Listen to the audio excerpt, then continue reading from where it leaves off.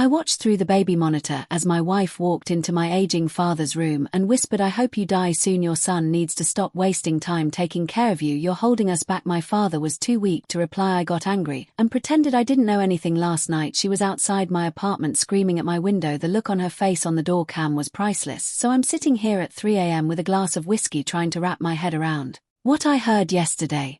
My hands are still shaking when I think about it, going to try to get this all out because I honest have no idea what to do next. Some background: my dad Warren 79 moved in with me and my wife Megan 35 about 8 months ago. I'm 37, been married to Megan for 6 years. Dad's got pretty advanced heart failure. After a lifetime of working with his hands, doctor says it could be weeks or months. Hard to tell with these things. Dad used to be this larger-than-life guy who could build anything. Now he needs help getting to the bathroom. It's been rough watching him deteriorate. We converted our home office into a bedroom for him on the main floor, got one of those adjustable hospital beds, and everything. At first Megan seemed supportive. She even suggested we take him in rather than sending him to a facility, said it was the right thing to do. But over the last few months I've noticed her getting more distant, more irritated by little things, rolling her eyes when I mention needing to reschedule plans because Dad's having a bad day, making comments about how much time I spend with him. And I get it, man, it's not what she signed up for. Caregiving is hard. We're both stressed. We've got Arlene who comes in a few days a week to help out, but it's still a lot. Last week Dad had a really bad episode. His oxygen dropped and we almost had to call an ambulance. Scared the hell out of me. After that I set up this baby monitor thing in his room, just a simple video monitor, so I could keep an eye on him from the living room or kitchen without constantly barging in and disturbing him. Nothing fancy, just gives me some peace of mind. Yesterday around 2 p.m. I was in the garage fixing some shelves, had my phone in my pocket with the monitor app. Dad was napping and Megan had just gotten home. I didn't think much of it until I heard her voice through the monitor, and first I thought she was just checking on it, but then I heard what she was saying. My blood went cold. Dude, she was standing over his bed thinking he was asleep, telling him she hoped he'd die soon so I could stop wasting time taking care of him. Said he was holding us back, said our lives had been on pause ever since he moved in. Said she was tired of playing nurse to an old man who couldn't even recognize when people were being fake nice to him. The worst part, my dad wasn't even fully asleep. I could see his eyes open slightly, but he was too weak to respond, just lying there having to listen to this woman. My wife wished death on him. I almost stormed inside right then, almost, but something in me just froze. I sat there in the garage staring at my phone screen watching this person I thought I knew reveal who she really is. She left the room after about 2 minutes. Dad just closed his eyes again. I could see a tear roll down his cheek before he turned away from the camera. I don't think I've ever felt raged like that before in my life, but I didn't confront her. Instead I saved the recording. Thank God the app has that feature, and went back to working on the shelves like nothing happened. Came in an hour later, kissed her hello, ate the dinner she made, watched some stupid show on Netflix. The whole time I'm looking at the stranger across from me thinking, who are you? How long have you felt this way? Have you said these things to him before when I wasn't listening? It's been nearly 36 hours now. I still haven't said anything. Last night I barely slept, just lay there next to her wondering how many other things. This morning I checked the monitor recordings from the past week, found 3 other instances of her going into his room when she thought no one was around, once telling him he was a burden, once complaining about the medical bills even though his Medicare covers almost everything and he's got savings he's using for the rest, and once just sighing loudly and adjusting his blankets with this look of disgust on her face. My dad never said anything back to her, not once, and he never told me, probably trying to protect me or avoid causing problems. I called my brother Christian this afternoon while Megan was out. He lives in Colorado, hasn't been able to visit much because of his kids and work. Told him everything. He was ready to drive out here and throw Megan out himself. I had to talk him down. The thing is, I don't know what to do. Part of me wants to confront her immediately, show her the videos, tell her to pack her bags and get the hell out of our house, but another part of me wants to be smarter about we've got a joint account. The house is in both our names. If I blow up right now without thinking things through, it could get ugly fast, and the last thing my dad needs is more stress and drama. Christian thinks I should talk to a lawyer, forget my ducks in a row before I do anything. He's probably right, but it's killing me to look at her and pretend I don't know what she said, killing me to watch her fake smile when she brings Dad his medication. I keep thinking about the promises I made 6 years ago, for better or worse in sickness and health. Guess those vows only apply to us, not to family members who need care. The worst part is remembering how she was the one who suggested he move in with us. Was that just for show? Did she think it would only be for a few weeks, or was she hoping he'd go quickly? The thought makes me sick. Dad's noticed something's off this evening. He asked if everything was okay between Megan and me. I lied and said we were fine, just stressed with work stuff. He looked at me for a long time, then said, "You're a good son, Nelson. Don't ever let anyone tell you different." Almost lost it right then and there. Lorraine from next door stopped by today. With some soup she's been checking in regularly since Dad moved and they've become friends. Weirdly enough, she took one look at my face and asked what was wrong. I made up some excuse, but I'm pretty sure she didn't buy it. I've started looking at one-bedroom apartments nearby just in case things go south fast somewhere, Dad, and I could go temporarily until I figure out next steps. The thought of uprooting him again breaks my heart, but staying here with her feels impossible. Tomorrow I'm meeting with a lawyer during my lunch break, going to find out what my options. I've already moved most of the recordings to a secure cloud storage and sent copies to Christian as backup. Part of me still can't believe this is happening. Like, how do you go from planning a future with someone to hearing them wish death on your father? How did I miss whatever resentment was building up in her? Was it always there? I've been extra attentive to Dad today, sat with him watching his favorite old western, brought in his favorite meal from that diner down the street. He keeps giving me these looks like he knows something's up, but is not pushing. I don't know what's going to happen next. All I know is that I can't unhear what she said, can't unsee the look on her face when she was standing over him, and I know I can't forgive it. So that's where I'm at, sitting in my garage at 3 a.m. scrolling through divorce articles on my phone while my wife sleeps inside, trying to figure out how to protect my dad and myself from someone I thought I knew. Any advice would be welcome, especially from anyone who's dealt with something. Though TBH, I'm hoping not many of you have heard your spouse wish death on your parent. Update: first of all, thanks for all the messages and advice on my last post. Didn't expect it to blow up like that. I've been reading every comment and appreciate the support more than you know. It's been a hell of a 2 weeks, so I met with the lawyer. Like I said I would. Turns out the recordings are completely legal in my state since it was in my house and I had legitimate reason to have the monitor caring for my dad. That was the first bit of good news I'd had in days. The lawyer laid out my options pretty clearly, and man, hearing someone else confirm that what Megan did was beyond up helped me realize I wasn't overreacting. She walked me through the divorce process, told me to start separating finances ASAP, and suggested I get more evidence if possible without being obvious about it. When I got home that day, Megan was acting like everything was normal, making dinner, asking about my day, talking about some home renovation show she wanted us to watch later. The whole time I'm just nodding and thinking about the horrible stuff she said to my dad. The disconnect was surreal. That night I checked the baby monitor recordings from when I was gone, nothing, but it made me wonder if she was only doing this when she thought no one was listening. So I set up a few more cameras around the house, one in the living room hidden in a bookshelf, one in the kitchen stuck between some cookbooks. Paranoid maybe, but I needed to know what I was dealing with. Meanwhile I started quietly getting my together, opened a new bank account at a different bank, transferred half our savings. Lawyer said this was important to do before filing anything, ordered a new credit card, gathered important documents like birth certificates, the deed to the house, insurance papers, basic divorce prep 101 stuff. The next revelation came when I was backing up some photos from our shared tablet, found text conversations between Megan and her friend Carrie where she was complaining about my dad, called him the walking corpse, said she was tired of our house smelling like death. An old man complained that I was spending too much time with him instead of focusing on her. The messages went back months long before she started the baby monitor comments. One text from 3 weeks ago really got me. I married Nelson, not his dad. I didn't sign up to be a caregiver for a dying old man. He needs to choose me or his father. I guess she made the choice pretty easy. Dad was having more good days than bad that week, which was a small blessing. I arranged for Arlene to come an extra day each week, told her privately what was happening, and she agreed to keep an eye out for any weird behavior from Megan. Arlene's been amazing through all this. She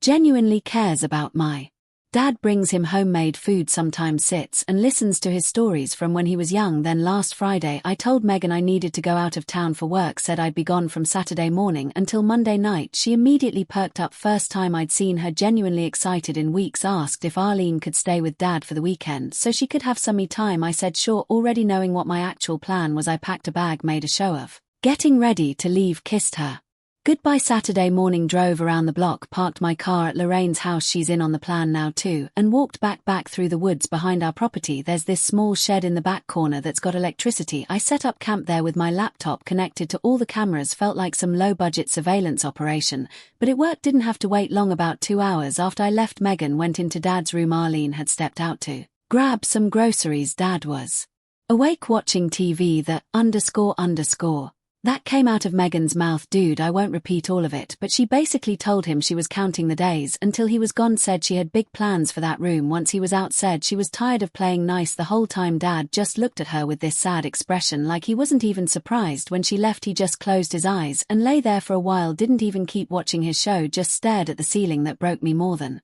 Anything she said I kept watching through the day. She made a bunch of phone calls, friends, her sister, telling them how relieved she was to have a break from the death watch, laughing about how she finally had the house to herself, called one of her friends, and said she was thinking about going through Dad's things to get a head start on clearing out his junk. Around 8 p.m. she started drinking wine, a lot of wine. Then she did something I didn't expect. She went back into Dad's room. By this point, Arlene was back and in the kitchen making his evening meal. Megan sat on the edge of Dad's bed and started talking to him in this fake sweet voice, asking if he needed any, if he was comfortable. Then she leaned in close and whispered something the camera didn't pick up, but Dad's face said it all. I'd seen enough. Texted Arlene to find a reason to go into Dad's room. She did, and Megan immediately backed off, left the room like nothing happened. Sunday morning I decided to end this, had all the evidence I needed, plus I was getting tired of sleeping in a shed with spiders. I waited until Arlene arrived for the day, then walked in the front door like I'd just gotten home early. The look on Megan's face, pure shock mixed with something else, guilt, fear. Not sure she recovered quickly though. Asked why I was back so early, I said the trip finished up faster than expected. We had this weird normal morning breakfast, coffee, small talk. She had no idea what was coming. Around noon I asked if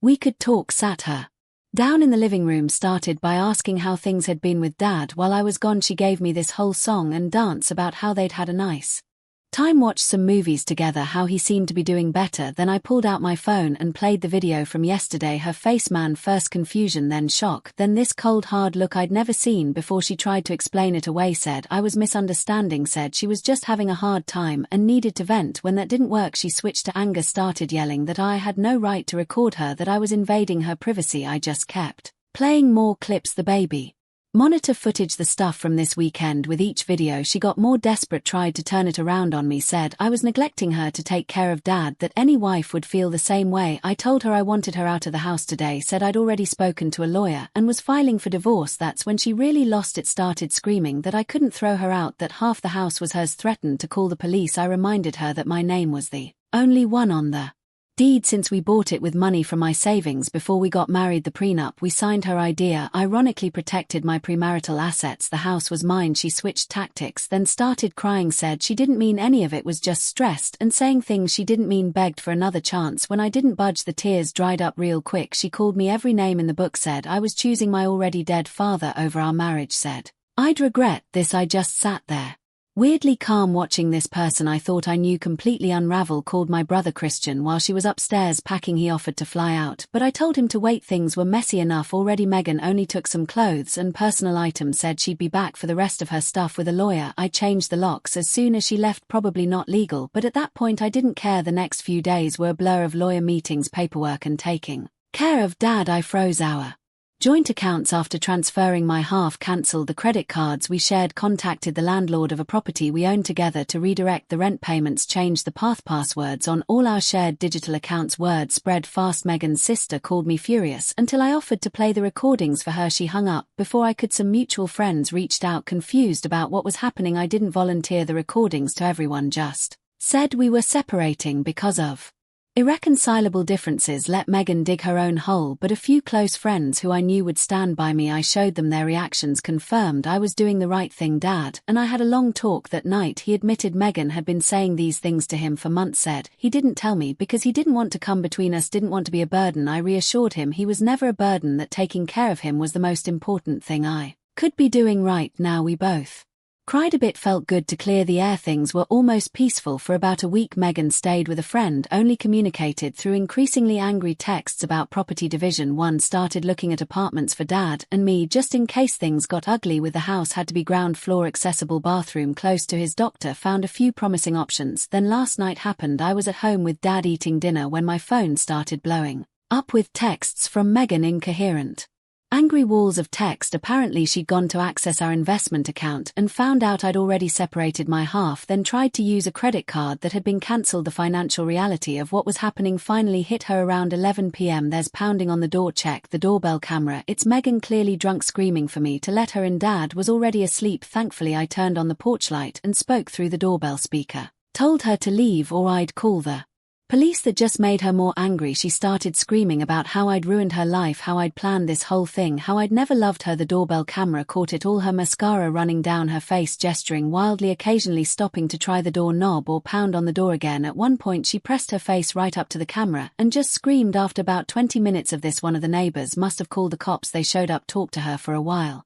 Eventually convinced her to leave with them. Officer came to the door, asked if I wanted to press charges for disturbance or trespassing. I declined, just asked for an incident report from my divorce file. So here we are, divorce papers officially filed yesterday, temporary restraining order in process after last night's performance. Moving plans accelerated. Dad and I will be in a new place by next week somewhere Megan doesn't know about. The apartment manager is holding it for us even though we can't move in for a few days. Dad's taking it all surprisingly well, says he feels lighter now that everything's out in the open. Even joked this morning that his outlived my marriage. Dark humor runs in the family. I guess I'm not going to lie, there are moments I miss the person I thought Megan was. 6 years is a long time, but then I remember her face when she stood over my dad's bed and any doubt evaporates. Guess the moral of the story is you never really know someone until you see how they treat the most vulnerable people in your life. Will update again when there's more to share. The look on her face on that doorbell camera really was priceless. Though final update, well, it's been almost 3 months since my last update, and I figured I owed you guys the finale to this whole saga. But I've been putting off writing this because it meant revisiting some pretty dark moments, but I'm in a better place now. So after the doorbell camera meltdown, things escalated in ways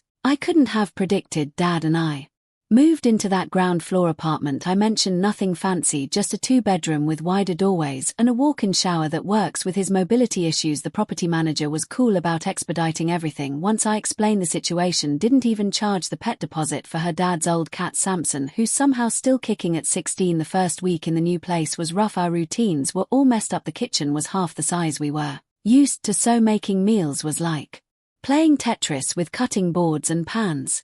Dad kept getting disoriented at night, forgetting where the bathroom and of course the dishwasher started leaking on day 3. Welcome to apartment life, I guess, but we adjusted. Irene found a better route to our new place and still came 3 days a week. Lorraine from our old neighborhood even drove over once a week to play cards with Dad, said she missed their chats. Meanwhile, Megan was busy making her life and mine a complete dumpster fire. It started with a social media campaign. She posted this long rambling thing on Facebook about how I'd abandoned her and was trying to destroy her financially. Claimed I'd planned the whole thing for months. Tagged mutual friends. Classic Davo stuff. Deny attack, reverse victim and offender. But here's where her plan backfired. Spectacular. Remember Carrie, her friend who she'd been texting all that awful stuff about my dad too? Apparently Car's grandmother had just moved in with her family because of Alzheimer's. The caregiver comments hit too close to home.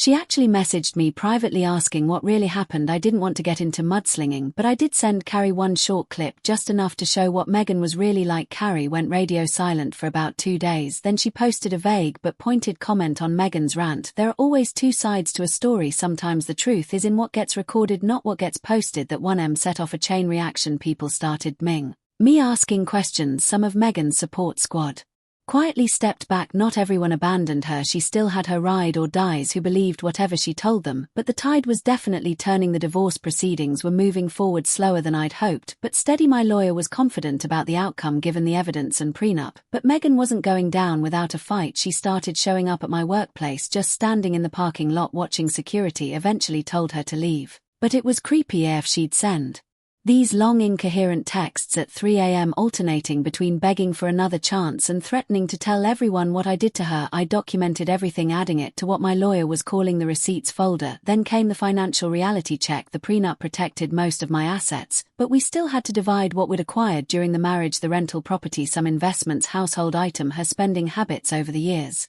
meant she had way less saved than she thought. And she'd quit a job 6 months ago to focus on her side business that never really materialized. About a month after we separated, I got a text from her that just said I can't pay my credit card this month, the one with her name, only that she'd maxed out at some point. Not my problem. The most surprising development was with my dad. I'd been so worried the move would accelerate his decline, but the opposite happened once we were away from all that tension I hadn't even fully recognized until it was gone. He started having more good days than bad. His doctor was cautious but said sometimes removing stress can have surprisingly positive effects on heart patients. No miracle recovery or anything. He still has good and bad days, still needs help with basic tasks, but he started telling his old stories again, started asking Arlene to make his favorite foods instead of just eating whatever was put in front of him. One morning I found him sitting on our tiny patio just watching birds at the Feeder I'd set up. He looked over at me and said, I thought I'd hate leaving the other house, but it's peaceful here. That alone made every headache with Megan worth it. Christian flew out to visit for a week. We hadn't spent that much time together in years. He helped set up Dad's new space, installed some safety bars in the bathroom, built a ramp for the small step at the front door. We stayed up late talking about stuff we'd never really discussed, how Mom's death had affected us differently. Our relationships, our regrets, the kind of conversations that only seem to happen after life blows up in your face. The divorce court date was set for a Thursday in early June. My lawyer advised me to dress conservatively, speak only when spoken to, and let the evidence do the talking. I barely slept the night before, kept running through scenarios in my head. What if the judge didn't think it was a big deal? What if Megan somehow turned it around? The morning of court, I got a text from my lawyer. Check your email now. Megan had offered a settlement, a surprisingly reasonable one. She would take only 25% of the joint assets acquired during marriage instead of the 50% she was entitled to in exchange. I would agree to not play any of the recordings in court or share them publicly. My first instinct was to refuse. After everything she'd done, she deserved to have everyone hear those recordings, but my lawyer pointed out that this would get me exactly what I wanted: a clean break with minimal financial damage without dragging my dad's private suffering into a public courtroom. I accepted. Papers were signed that afternoon. Just like that, after months of chaos, it was legally over. When I told Dad about the settlement, he nodded slowly and said she was afraid of people knowing who she really is. I think he was right. For about 2 weeks things were quiet. I started to think maybe we could all move on. Then I got a call from Lorraine. Megan had shown up at our old house, clearly drunk, trying to get in with her old key, which didn't work since I changed the locks. When she couldn't get in, she started yelling at Lorraine, who was outside watering plants. Lorraine, who is like 70 but takes no, told her the house was being sold and she needed to leave before she called the police. Megan apparently broke down crying right there in the front yard, told Lorraine her life was falling apart. She'd lost her friends, couldn't find a decent job, was staying on someone's couch. I felt a weird mix of satisfaction and pity hearing that, like she deserved consequences, but it was still sad to see someone implode like that. The final confrontation happened last week. I was coming home from grocery shopping, arms full of bags, when I spotted her sitting in her car across from our apartment building she'd finally found where we lived. Great. I set the groceries down by the door and walked over, asked what she was doing here. She looked rough, hair unwashed, dark circles under her eyes. For a second I saw flashes of the woman I'd married, and it was disorienting. She said she just wanted to talk, said she'd been doing therapy, realized how toxic she'd been, wanted to apologize to my dad. I told her that wasn't happening, that he was finally doing better without her negative energy around. She switched tactics, then saying she was struggling financially. Couldn't I help her out after 6 years together, just alone, until she got back on her feet? I almost laughed, told her the settlement was her help, that she could have fought for more but chose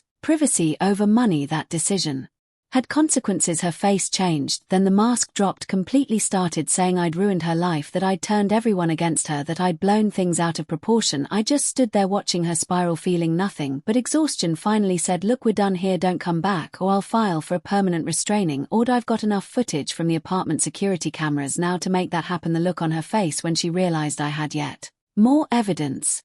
Priceless. She started her car and drove off. Haven't heard from her since. Inside, Dad was watching a documentary with Arlene. They both looked up when I came in with the groceries, and Dad immediately knew something was up. He's always been weirdly perceptive that way. Asked what happened, and I told them briefly about Megan showing up that night after Arlene left. Dad motioned for me to sit with. He was having a good day, more alert than usual, said he wanted me to know something important, that watching me stand up for him, for both of us against Megan, had reminded him of his own father. Said it made him proud to see me refuse to let someone mistreat the people I love, even when it would have been easier to look away, coming from my dad, who's never been big on emotional conversations. This hit hard. We closed on the sale of the old house yesterday. I'm using my portion to pay off the apartment lease for a full year and setting aside money for Dad's ongoing care. The weight that's lifted knowing we have that security is immense. Life isn't perfect now. The apartment's garbage disposal broke last week. Dad had a rough few days where his breathing was bad. I'm still single and not particularly interested in dating anytime soon, but we're stable, we're okay. I've been thinking a lot about what I missed in my relationship with Megan, the red flags I ignored or explained away, the gradual erosion of empathy I didn't notice until it was gone, the way she'd subtly isolate me from friends who weren't supportive enough of her, the constant moving of goalposts. First she wanted marriage, then a house, then for me to change jobs, then for Dad to not be our problem. Nothing I can do about the past, but I'm a hell of a lot wiser about who I let into my life now. So that's the update, not the neat tidy Hollywood ending where the villain gets some dramatic public comeuppance, just a quiet rebuilding, a father and son eating takeout and watching baseball in a modest Apartment and somewhere across town. A woman living with the consequences of showing who she really is.